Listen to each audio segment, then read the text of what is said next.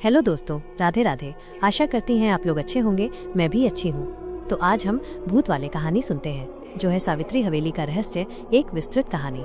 रोहित एक उत्साही और जिज्ञासु कॉलेज छात्र, रहस्यों को जानने की तीव्र इच्छा रखता है। विक्रम रोहित का सबसे अच्छा दोस्त, साहसी और वफादार, लेकिन थोड़ा डरपोक भी। सावित्री देवी, सावित्री हवेली की पूर्व मालकिन, जिनकी आत्मा न्याय की प्रतीक्षा कर रही है। हरिदास काका, गांव के बुजुर्ग और ज्ञानी व्यक्ति, जो हवेली के इतिहास से परिचित हैं। गांव के सरपंच, राजपुर गांव के मुखिया, पुलिस इंस्पेक्टर, मामले की जांच करने वाले अधिकारी। रामू और श्यामू, सावित्री देवी के लालची नौकर, उनके हत्यारे। स्थान राजपुर, रोहित और विक्रम के नाना नानी का गांव, शांत और पारंपरिक। सावित्री हवेली गांव के बाहरी इलाके में स्थित एक पुरानी और जर्जर हवेली, जिसे भूतिया माना जाता है। कहानी गर्मियों की छुट्टियां शुरू होते ही रोहित का मन रोमांच से भर गया। इस बार उसे अपने सबसे अच्छे दोस्त विक्रम के साथ अपने नाना नानी के गांव राजपुर जाने का मौका मिला था। राजपुर एक शांत और हरा भरा गांव था, जहां जीवन की रफ्तार धीमी थी।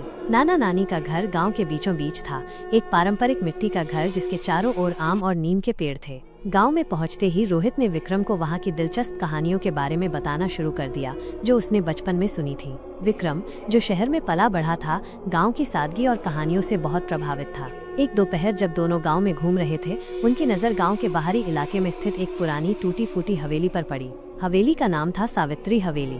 उसकी दीवारें जर्जर हो चुकी थीं, खिड़कियों के शीशे टूटे हुए थे और दरवाजे पर जंग लगा हुआ था। हवेली में एक अजीब सी उदासी और सन्नाटा पसरा हुआ था। विक्रम ने पूछा, ये कौन सी हवेली है? एक राहगीर ने अनमनी निगाहों से हवेली की ओर देखकर कहा, ये सावित्री हवेली है। बरसों से वीरान पड़ी है। वीरान क्यों? रोहित की जिज्ञासा जाग उठी। राहगीर ने फुसफुसाते हुए कहा, कहते हैं इस हवेली में एक आत्मा भटकती है, सावित्री देवी की आत्मा। हर अमावस्या की रात को वो जागती है और हवेली में अजीबोगरीब आवाजें सुनाई देती हैं। कोई भी उस हवेली के पास नहीं जाता। विक्रम थोड़ा डर गया, लेकिन रोहित की उत्सुकता और बढ़ गई। उसने उसी पल फैसला कर लिया कि वो इस रहस्यमयी हवेली के बारे में जरूर पता लगाएगा। उस रात खाने के बाद जब नाना नानी सो गए, रोहित ने विक्रम से हवेली चलने की बात की। चल विक्रम, आज रात चलते हैं उस हवेली में, रोहित ने फुसफुसाते हुए कहा। उसकी आंखों में एक चमक थी। विक्रम चौंक गया। तू पागल है क्या? भूत भूत कुछ नहीं होता, ये सब गाँव वालों का वहम है। डरता है क्या?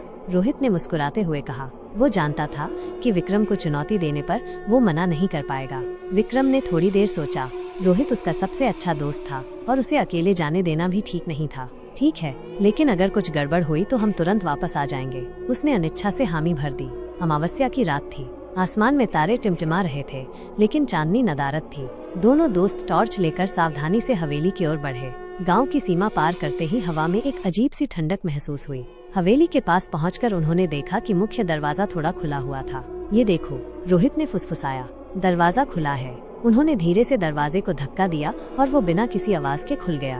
अंदर घुप अंधेरा था। टॉर्च की रोशनी में उन्हें धूल भरी जमीन और मकड़ी के जाले दिखाई दिए। दीवारों पर पुरानी तस्वीरें टंगी थीं। उनमें एक खूबसूरत औरत दिखाई दे रही थी, सावित्री देवी। हर तस्वीर में उसकी आंखें ऐसी लग रही थीं जैसे वो उन्हें घूर रही हो। अचानक एक जोर की हवा का झोंका आया और हवेली का मुख्य दरवाजा खुद ब खुद बंद हो गया। दोनों दोस्त डर गए। विक्रम ने रोहित का हाथ कसकर पकड़ लिया। तभी टॉर्च की रोशनी झटके से बंद हो गई। कमरे में एक धीमी डरावनी आवाज गूंजी, क्यों आए हो? रोहित और विक्रम डर के मारे कांप उठे। रोहित ने हिम्मत करके टॉर्च को फिर से चालू करने की कोशिश की। कुछ देर बाद टॉर्च की कमजोर रोशनी फिर से लौटी।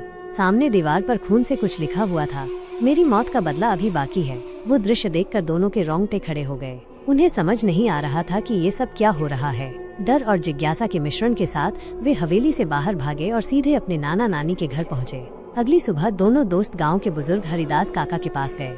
हरिदास काका गांव के इतिहास और पुरानी कहानियों के बारे में बहुत कुछ जानते थे। उन्होंने डरते डरते पिछली रात हवेली में जो कुछ भी हुआ था वो सब उन्हें बताया। हरिदास काका ने उनकी बात ध्यान से सुनी और फिर गहरी सांस ली। तुम दोनों ने बहुत हिम्मत दिखाई जो उस हवेली में गए। सावित्री देवी इस हवेली की मालकिन थी। वो बहुत अमीर और दयालु महिला थी, लेकिन उनके अपने ही नौकरों ने सोने के लालच में उन्हें जिंदा जला दिया। कहते हैं उनकी आत्मा आज भी हवेली में भटकती है और अपने साथ हुए अन्याय का बदला चाहती है। रोहित ने पूछा, क्या उनकी आत्मा को शांति नहीं मिलेगी? हरिदास काका ने उदासी से कहा, शायद तभी जब उनके कातिलों को सजा मिलेगी और उनकी मौत का सच सबके सामने आएगा। रोहित और विक्रम ने एक दूसरे को देखा। उन्हें महसूस हुआ कि शायद वे सावित्री देवी की मदद कर सकते हैं। अगली रात दोनों दोस्त एक बार फिर सावित्री हवेली जाने की तैयारी करने लगे। इस बार उन्होंने कुछ चीजें साथ ली, एक अच्छा कैमरा, गंगाजल और एक लोटा सिंदूर। विक्रम अभी भी थोड़ा डरा हुआ था, लेकिन रोहित के दृढ़ संकल्प को देखकर वो मना नहीं कर सका। हवेली पहुंचकर उन्होंने सावधानी से अंदर प्रवेश किया। जैसे ही उन्होंने मुख्य हॉल में कदम रखा, चारों ओर एक अजीब ठंडक छा गई। हवा भारी लग रही थी और एक अजीब सी गंध आ रही थी। अचानक एक कोने से सावित्री देवी की आत्मा प्रकट हुई। सफेद साड़ी में उसके चेहरे पर दुख और क्रोध का भाव था और उसकी आंखों से खून टपक रहा था। विक्रम डर के मारे पीछे हट गया, लेकिन रोहित अपनी जगह पर खड़ा रहा। सावित्री देवी की आवाज धीमी लेकिन स्पष्ट थी, तुम दोनों वही हो जो मेरी सच्चाई सबको बताएंगे। मेरे कातिलों के नाम इस हवेली के तहखाने में छुपे हैं। उस पुराने रजिस्टर में सब कुछ लिखा है। रोहित और विक्रम ने एक दूसरे को देखा और बिना किसी डर के तहखाने की ओर बढ़ गए। तहखाने में अंधेरा और नमी थी। धूल और मकड़ी के जालों से भरी पुरानी चीजें इधर उधर बिखरी पड़ी थीं। टॉर्च की रोशनी में उन्होंने एक पुराना चमड़े का रजिस्टर ढूंढा। रजिस्टर की पन्नों को पलटने पर उन्हें सावित्री देवी के नौकरों रामू और श्यामू के नाम मिले। रजिस्टर में उनकी लालच और हत्या की साजिश के बारे में विस्तार से लिखा था। उसमें सोने के जेवरात और नकदी का भी जिक्र था जिसे उन्होंने चुराया था। रजिस्टर में कुछ ऐसे सबूत भी थे जो उनके अपराध को साबित कर सकते थे। अगली सुबह रोहित और विक्रम तुरंत गांव के सरपंच के पास गए और उन्हें वो रजिस्टर दिखाया। सरपंच रजिस्टर पढ़कर हैरान रह गए। उन्होंने तुरंत पुलिस को बुलाया और पूरी कहानी बताई। पुलिस ने हवेली की तलाशी ली और रजिस्टर में दिए गए सबूतों के आधार पर रामू और श्यामू को गिरफ्तार कर लिया। पूछताछ में उन्होंने अपना जुर्म कबूल कर लिया।